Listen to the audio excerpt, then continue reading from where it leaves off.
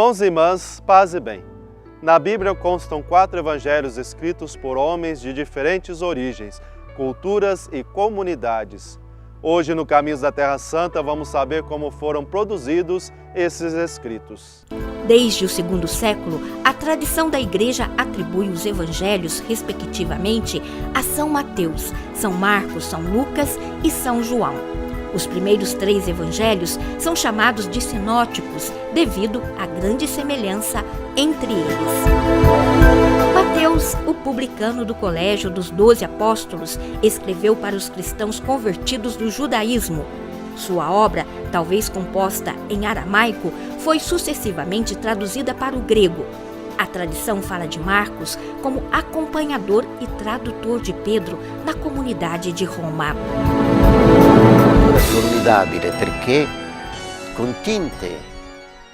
Um narrador formidável, pois com tintas de um claro escuro muito forte, pinta o ambiente de Jesus. E, portanto, temos simpatia por esse escritor, que para nós é o primeiro dos escritores. Um escritor estranho, mas simpático. Bom. Um escritor estranho, mas simpático, bello. Lucas, médico de origem pagã, compôs o 3º evangelho. A obra de Lucas é escrita em um grego culto e elegante. No 3º evangelho, Jesus nos apresenta Deus como um Pai misericordioso.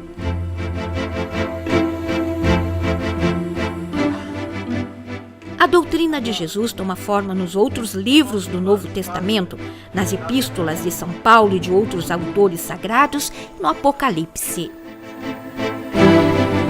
Esses escritos contêm a reflexão dos primeiros cristãos sobre a vida e a mensagem de Jesus.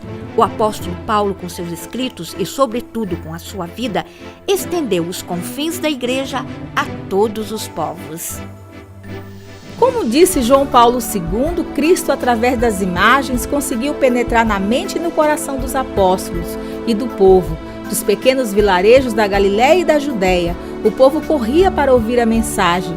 E Jesus realizou o exemplar revestimento, de modo a tornar possível, além de se ouvir, ver. Falou do bom pastor que tinha perdido sua ovelha, do semeador que tinha plantado a semente em terrenos diferentes, do filho pródigo que tinha se afastado de casa. E os ouvintes entendiam logo que se tratava deles, ovelhas perdidas, sementes que deveriam dar frutos, filhos procurados pelo amor do Pai.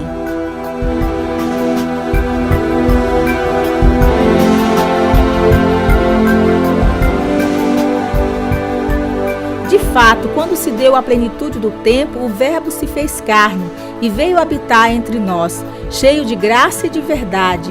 Cristo estabeleceu o reino de Deus na terra, a boa nova proclamada nessa terra santificada por Deus e anunciada hoje até os confins extremos da terra.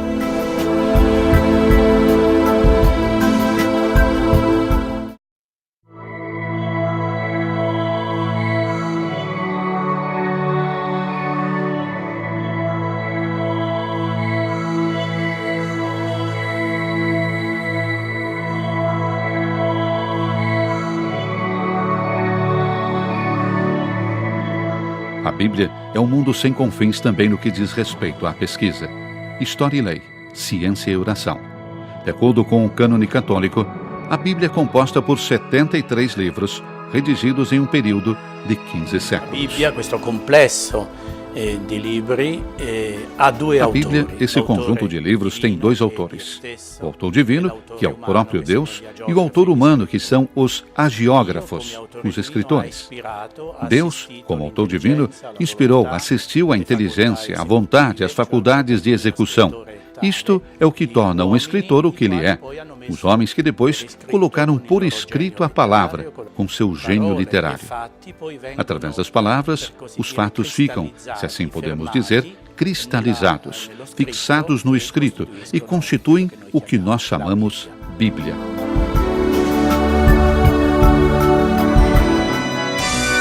Após o regresso do exílio babilonês, no 4º século a.C., inicia-se o longo processo de redação da obra que abrange a história inteira de Israel. As escrituras se evoluíram através das mais antigas transmissões dos textos realizadas pelos copistas, que ficaram fiéis aos textos e cuidaram deles.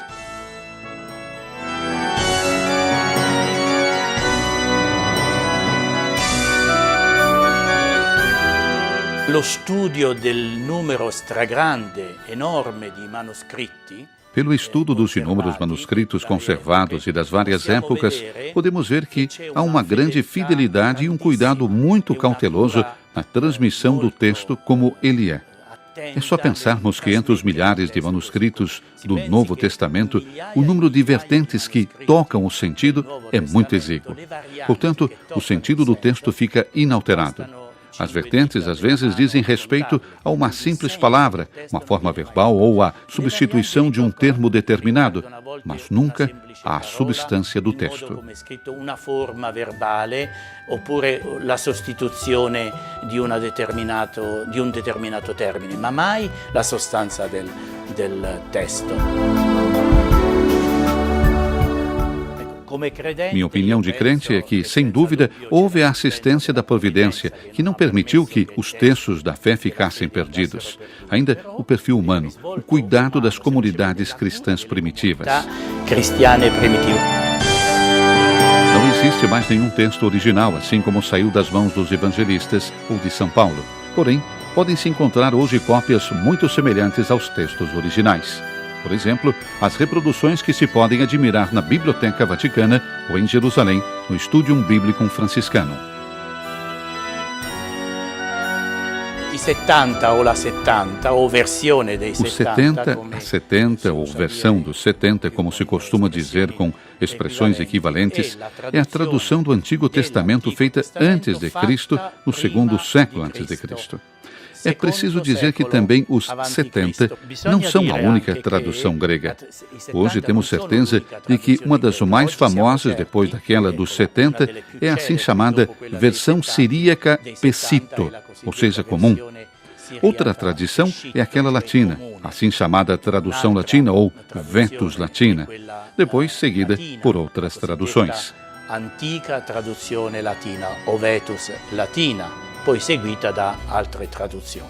Uma cópia integral do Código Vaticano foi doada ao Studium Biblicum Franciscanum. O Código Vaticano é um dos mais antigos manuscritos existentes da Bíblia, transcrito muito provavelmente no Egito, aproximadamente no ano 350. Aparece no catálogo da Biblioteca Vaticana desde 1475. É considerada a mais antiga cópia integral da Bíblia. O código tem forma elegante e suntuosa. O Código Sinaítico, também chamado Código Aleph, é um manuscrito em grego que remonta a 330-350. Na biblioteca do Studium Biblicum, podemos ver também a famosa Poliglota de Londres, publicada em 1653 e 1657, e chamada de Walton, do nome do editor. Mas essa época é, digamos assim, recente. A primeira edição impressa da inteira Bíblia foi, de fato, a Poliglota Complutense, publicada em 6 volumes, entre 1514 e 1517.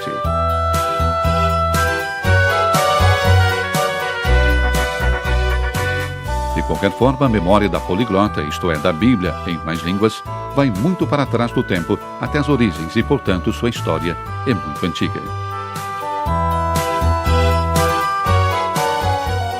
Por ocasião do Sínodo dos Bispos em 2008, a Biblioteca do Studium Biblicum Franciscanum recebeu uma reprodução do manuscrito Bodmer.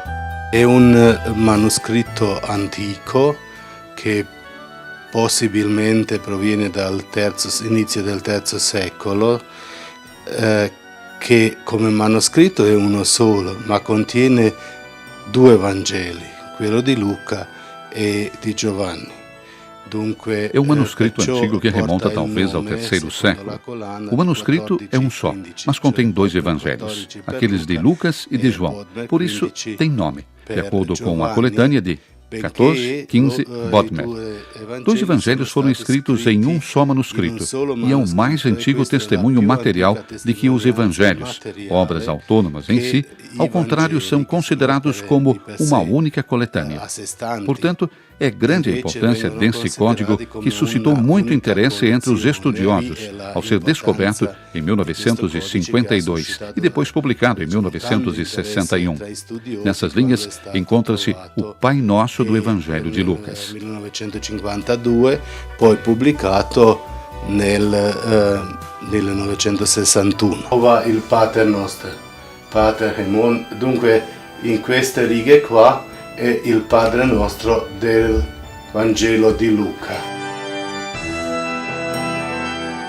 La Vulgata nasce significa comune. Vulgata, que significa comum, ou também Vulgata em italiano, aponta a versão normalmente usada na Igreja Latina. A Vulgata nasce da obra e do gênio de São Jerônimo, que morou em Belém de 380 até sua morte, 420, onde se dedicou a uma revisão da Vulgata. A Betlemme e lì si mette a lavorare proprio alla versione. A Vulgata, primeira tradução completa da Bíblia para a língua latina, representa o maior esforço enfrentado por Jerônimo. Em 382, encarregado pelo Papa Dámaso, ele empreendeu a tarefa de revisar a tradução dos Evangelhos e, sucessivamente, em 390, passou para o Antigo Testamento, em hebraico, concluindo a obra após, pasmem, 23 anos. A Betlemme, proprio accanto alla più famosa grotta della Natività, c'è una piccola grotta meno conosciuta. Em Belém, justamente ao lado da primeira e mais famosa gruta da Natividade, há uma pequena gruta e a menos conhecida que se chama Sepulcro de São Jerônimo. Na realidade, o corpo do santo já não está mais aqui, é apenas o seu sepulcro.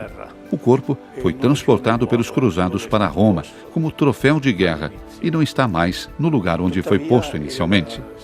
No entanto, o próprio sepulcro continua sendo uma memória importante para os cristãos, em consideração da importância da pessoa do santo, de São Jerônimo, para toda a cristandade. O tradutor da Bíblia para o latim.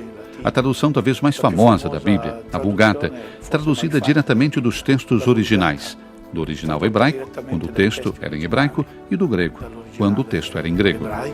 Para que tivéssemos acesso à Bíblia como temos hoje, foi necessário muito trabalho e dedicação de estudiosos e pesquisadores anos a fio, desde os tempos antigos antes de Cristo. Até a próxima semana.